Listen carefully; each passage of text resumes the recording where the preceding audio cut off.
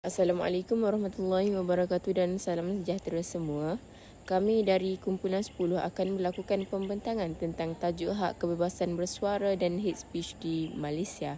Okey, sebelum saya meneruskan pembentangan ini, izinkan saya untuk memperkenalkan diri saya terlebih dahulu. Saya, Siti Nurmaisarah binti Muhammad, pemegang nombor kad matrik 224442 akan mengulas sedikit pengenalan tentang tajuk yang kami pilih iaitu hak kebebasan bersuara di Malaysia. Okey, untuk pengetahuan semua, isu ini merupakan isu hangat beberapa tahun dahulu. Jadi, apa itu kebebasan bersuara? Okey, kebebasan bersuara adalah kebebasan untuk bersuara tanpa batas. Di Malaysia, kebebasan ini tertakluk kepada Perlembagaan Persekutuan di mana perlembagaan inilah merupakan undang-undang tertinggi sesebuah negara. Di dalam bahagian 2 Perlembagaan Persekutuan ada memperuntukkan tentang hak kebebasan asasi manusia. Salah satu contoh kebebasan asasi ialah kebebasan bercakap, berhimpun dan juga menubuhkan persatuan seperti mana yang terkandung di dalam Perkara 10. Mana-mana warga negara boleh mengeluarkan pendapat dan buah fikiran mereka asalkan tidak menyentuh isu-isu sensitif yang telah dikenal pasti oleh Parlimen. Sekian untuk pengenalan. Dalam kajian ini juga, kami telah menegakkan 3 objektif. Satu adalah mengkaji idea dan falsafah berkaitan dengan kebebasan bersuara berdasarkan beberapa falsafah. Kedua adalah untuk mengkaji kesedaran tentang isu semasa mengenai hak kebebasan bersuara. Yang ketiga adalah untuk mengetahui impak kebebasan bersuara dan hate speech terhadap masyarakat di Malaysia. Sekarang, kita akan melihat kepada penyertaan masalah pengajian kita. Perhimpunan Perkara 19 Deklarasi Hak Asasi Manusia Sejagat yang diterima pakai oleh Perhimpunan Agung Persatuan Bangsa-Bangsa Bersatu pada tahun 1948 menyatakan bahawa setiap orang mempunyai hak untuk kebebasan berpendapat dan bersuara. Hak ini termasuklah kebebasan untuk memegang pendapat tanpa campur tangan dan untuk mencari dan menyampaikan maklumat dan idea melalui mana-mana media dan tanpa bersempadan. Walaupun hak kebebasan bersuara merupakan sebuah prinsip hak asasi manusia yang penting, hak ini semakin merosot secara global sejak beberapa tahun kebelakangan ini. Akibat tindakan kerajaan-kerajaan yang menindas hak bersuara rakyat-rakyat mereka. Di Malaysia, undang-undang seperti Akta Hasutan 1948 dan Akta Perhimpunan Aman 2012 telah dikritik oleh beberapa pertubuhan hak asasi manusia seperti Human Rights Watch dan Amnesty International yang melihatnya sebagai sebuah instrumen untuk kerajaan Malaysia menyangkat perbezaan pendapat dan menghalang kritikan terhadap kerajaan. Walau bagaimanapun, penyokong-penyokong undang-undang di atas telah menyatakan bahawa tanpa undang-undang tersebut, keharmonian dan kestabilan Malaysia akan merosot akibat ucapan benci yang akan mencetuskan keganasan kaum dan agama di kalangan masyarakat. Idea ini dinamakan sebagai paradoks toleransi oleh ahli falsafah Karl Popper yang mengatakan bahawa sekiranya sebuah masyarakat itu menggunakan rakyatnya bersuara tanpa had, keupayaannya untuk bersuara akan akhirnya terhenti atau dimusnahkan oleh mereka yang tidak bertoleransi. Tujuan kertas penyelidikan ini adalah untuk mentakrifkan maksud kebebasan hak bersuara, kepentingannya dan sama adanya perlu had kebebasan bersuara. Melalui kertas ini, kami akan menyelidiki tentang sejarah kebebasan hak bersuara dan peranan falsafah di dalam pembangunan hak bersuara. Kami juga akan cuba menentukan pandangan orang ramai tentang kebebasan bersuara dan sejauh manakah mereka akan mementingkannya melalui kaedah-kaedah seperti pengumpulan maklumat melalui survei. Assalamualaikum dan selamat petang. Nama saya Nur Fatihah binti Ahmad Zaki dan nombor matrik saya 216095. Baiklah, kita beralih kepada isu semasa. Jadi, antara isu semasa yang berlaku pada tahun ini adalah berkenaan Tun Mahathir Mohamad yang mendakwa larangan menyentuh isu 3R dan menidakkan kebebasan bersuara. Tun Dr. Mahathir Mohamad menyatakan bahawa beliau menghalang perbincangan mengenai isu-isu yang melibatkan 3R, iaitu agama, kaum dan raja, dapat dianggap sebagai pembatalan kebebasan bersuara di negara ini. Bagi beliau, jika sesiapa ingin menjadikan tindakan menyentuh isu-isu ini sebagai satu jenayah, cadangan Dr. Mahathir adalah untuk memperincikannya melalui perbincangan di Dewan Rakyat dan Dewan Negara. Beliau mencadangkan bahawa tindakan ini haruslah melalui proses persetujuan termasuk mendapatkan tanda tangan Yang di-Pertuan Agong atau persetujuan selepas tempoh 2 bulan dari perbincangan dilaksanakan. Bagi beliau, perdebatan secara sihat ini penting bagi menemukan keseimbangan antara memelihara kebebasan bersuara sambil melindungi dari dampak negatif ujaran kebencian. Ini juga merupakan salah satu cara bagi mempertimbangkan cara yang tepat dalam memperlakukan isu sensitif seperti agama, kaum dan raja dalam konteks kebebasan bersuara. Terima kasih. Hai, Assalamualaikum. Nama saya Nurul Syairah Safia. Nombor matrik saya 216737. Sekarang saya akan menerangkan tentang perbandingan perspektif ahli falsafah. Dalam konteks ni, kami telah memilih dua orang tokoh iaitu Tun Dr. Mahathir Mohamad dan juga Profesor Syed Muhammad Nakib Alatas. Menurut Tun Dr. Mahathir Mohamad, beliau menekankan tentang pentingnya kebebasan bersuara dalam era media sosial. Kebebasan bersuara adalah tanggungjawab besar dan perlu mempunyai batas undang-undang. Kebebasan bersuara tanpa niat yang baik membawa bencana kepada masyarakat.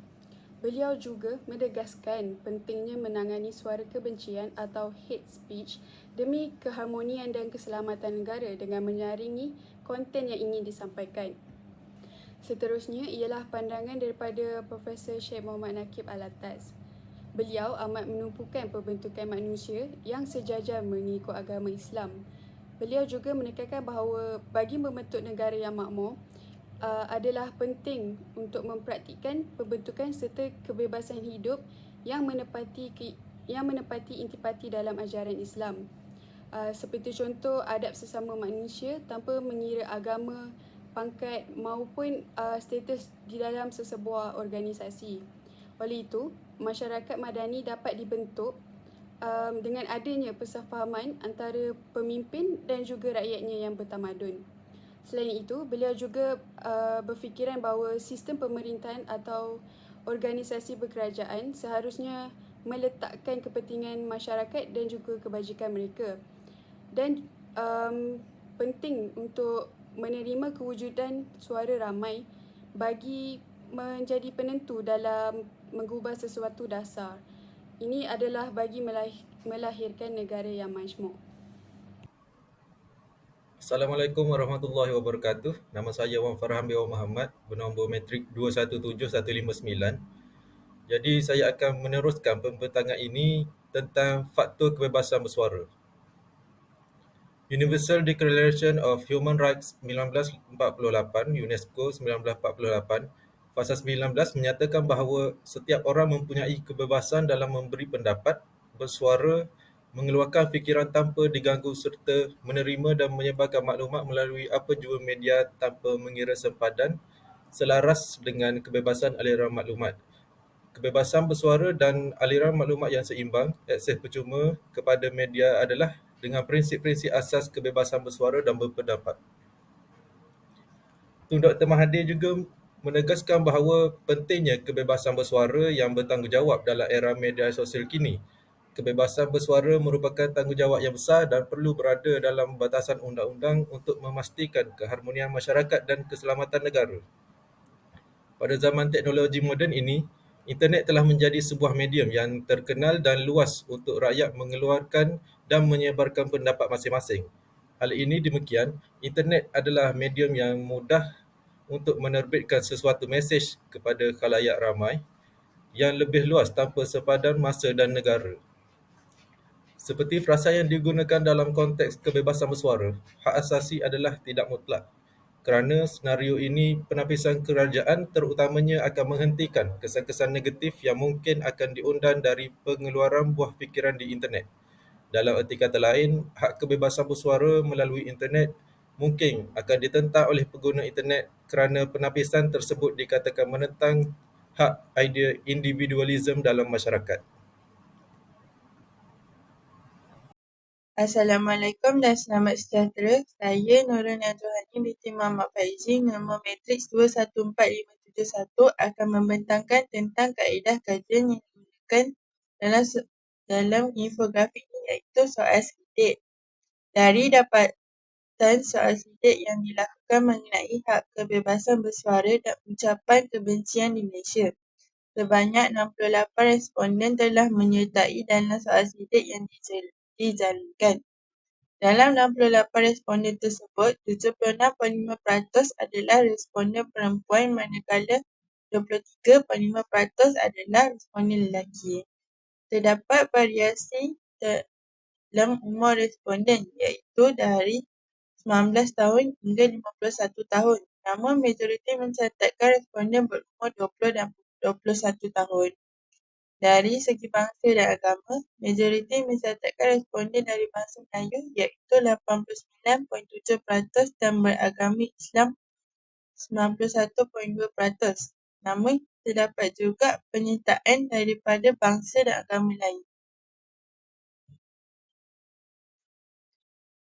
Daripada soal selidik yang dijalankan, terdapat beberapa dapatan yang dapat dilakukan. Dalam dapatan pertama, 42.4% responden menyatakan mereka sangat setuju tentang idea dan falsafah berkaitan hak kebebasan bersuara, manakala 24.2% menyatakan mereka setuju, manakala terdapat ketidakpastian sebanyak 17%, manakala 7.6% tidak setuju dan 3.6% menyatakan mereka sangat tidak setuju terhadap idea dan falsafah tentang hak kebebasan bersuara. Dapatan kedua menunjukkan sebanyak 43.8% responden sangat setuju mengenai kesedaran tentang isu semasa mengenai hak kebebasan bersuara. Walau bagaimanapun, 31.76% juga setuju mereka sedar tentang isu semasa mengenai hak kebebasan bersuara.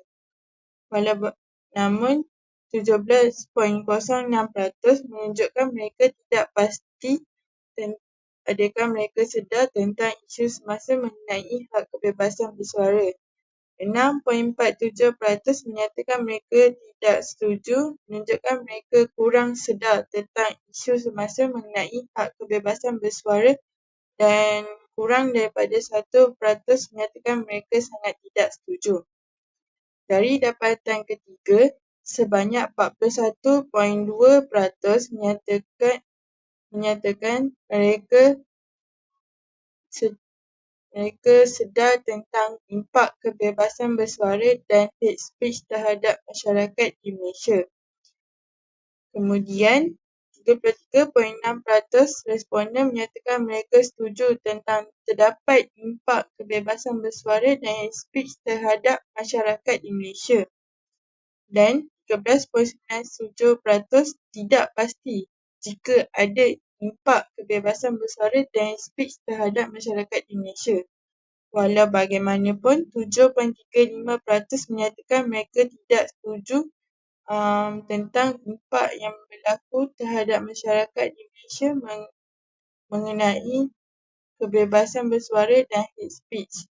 Dan 4.04% menyatakan mereka sangat tidak setuju mengenai impak yang berlaku terhadap kebebasan bersuara dan hate speech pada masyarakat di Malaysia. Rumusan analisis dapat dilakukan berdasarkan soal selidik yang dijalankan. Antaranya ialah kepentingan kebebasan bersuara di Malaysia.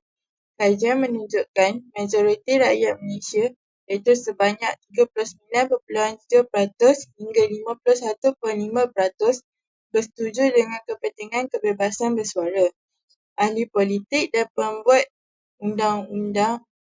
dasar boleh mempertimbangkan pandangan ini dalam membentuk undang-undang atau dasar berkaitan dengan kebebasan bersuara. Cadangan penyelidikan lanjut untuk memahami sebab-sebab di sebalik pendapat yang berbeza boleh memberikan visi tambahan. Yang kedua, kepercayaan terhadap sistem perundangan. 55.9% rakyat percaya sistem perundangan melindungi kebebasan bersuara dengan berkesan.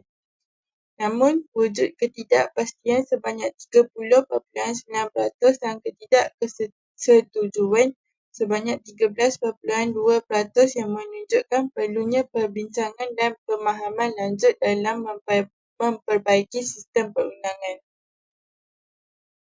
Yang ketiga, keyakinan individu untuk bersuara. Terdapat keraguan dan keragaman dalam keyakinan individu untuk menyatakan pendapat secara terbuka. Sebahagian besar responden, sebanyak 45.6%, menyatakan mereka tidak sepenuhnya yakin atau bersetuju dengan kenyataan tersebut. Ini menunjukkan kompleksiti dalam keselesaan individu untuk bersuara secara terbuka. Seterusnya, saya Ainis Mariana binti Cik Muhammad Zaid, nombor matrik 214-926 akan menerangkan rumusan mengenai partisipasi di media sosial. Sebanyak 41.1% daripada responden kerap berasa ragu atau tidak selesa, manakala 32.4% responden berasa terbuka untuk berkongsi pendapat mereka di platform media sosial. Ini menunjukkan bahawa wujudnya ketidaksetujuan serta isu kepercayaan dalam komuniti. Kajian ini membuktikan bahawa wujudnya perpecahan dalam sikap berkongsi pendapat di media sosial.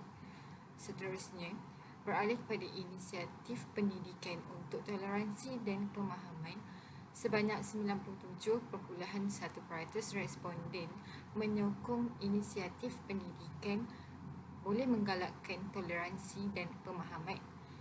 Ini mencerminkan kesedaran akan nilai-nilai moral dan etika adalah penting dan perlu ditanam dalam masyarakat di Malaysia. Kemudian, tanggungjawab institusi pendidikan. Sebanyak 89.7% responden percaya bahawa institusi pendidikan mempunyai tanggungjawab dalam memerangi ucapan berunsurkan kebencian serta menyokong hak kebebasan bersuara di Malaysia.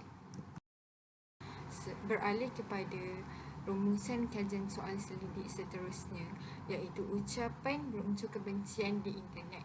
Sebanyak 92.7% responden telah bersetuju bahawa ucapan berunsur kebencian banyak dijumpai di internet, terutamanya di media sosial.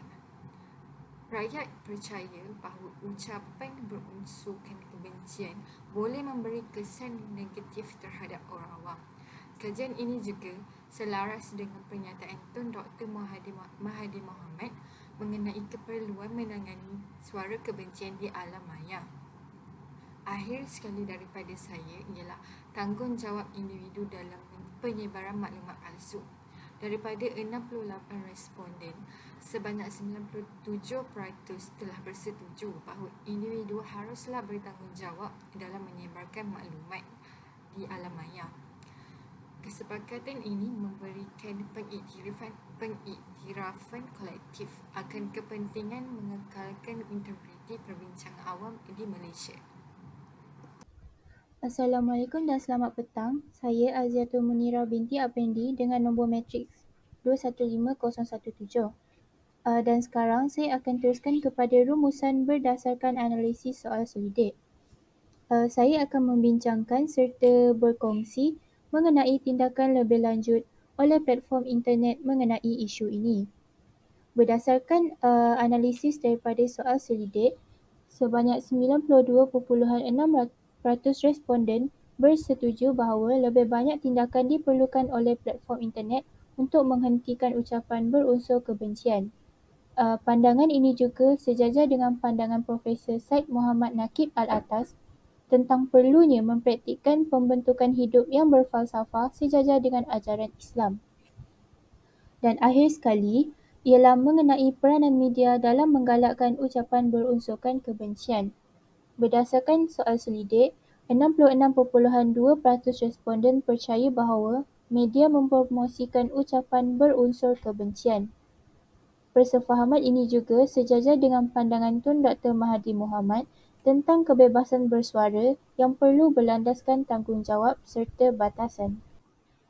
Oleh itu, berdasarkan keseluruhan dapatan serta analisis yang diperolehi daripada isu ini, Kami dapati bahawa hak kebebasan bersuara di Malaysia dijamin oleh perlembagaan, memberikan individu hak untuk menyatakan pendapat tanpa takut tekanan pemerintah. Namun begitu, batasan sah dapat diterapkan untuk melindungi kepentingan umum, keamanan nasional atau ketertiban umum. Ujaran kebencian juga melibatkan diskriminasi berdasarkan ras, agama, etnis atau atribut lainnya dapat diatur oleh hukum untuk mencegah ancaman terhadap keharmonisan sosial. Implementasi dan interpretasi hukum dapat berubah dan sangat disarankan untuk merujuk pada sumber hukum terkini atau mendapatkan nasihat hukum khusus jika diperlukan. Sekian, terima kasih.